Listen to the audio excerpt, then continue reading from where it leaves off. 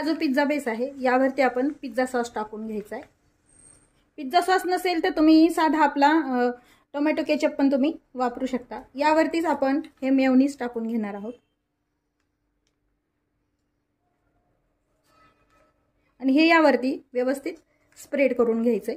या कांदे ठेवते यामध्ये, यावरती आपण हे टोमॅटो ठेवून घ्यायचे, वरती शिमला मिरची ठेवून घेऊया।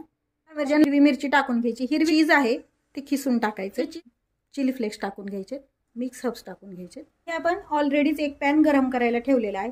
तुम्ही बटर वापरू शकता किंवा मग साजूक तूप पण वापरू शकतो आपण। हा जो बेस आहे यामध्ये टाकून घ्यायचा। पॅन वरती जो पिझ्झा ठेवलाय यावरती आपण झाकण टाकून घ्यायचंय। गॅस आता चीज छान मेल्ट झालंय पूर्ण, मध्ये हा पिझ्झा काढून घ्यायचा आहे। पिझ्झा कटरनं हा कट करून घ्यायचा आहे। हे आपला पिझ्झा बेस पासून झटपट तयार केलेला होममेड पिझ्झा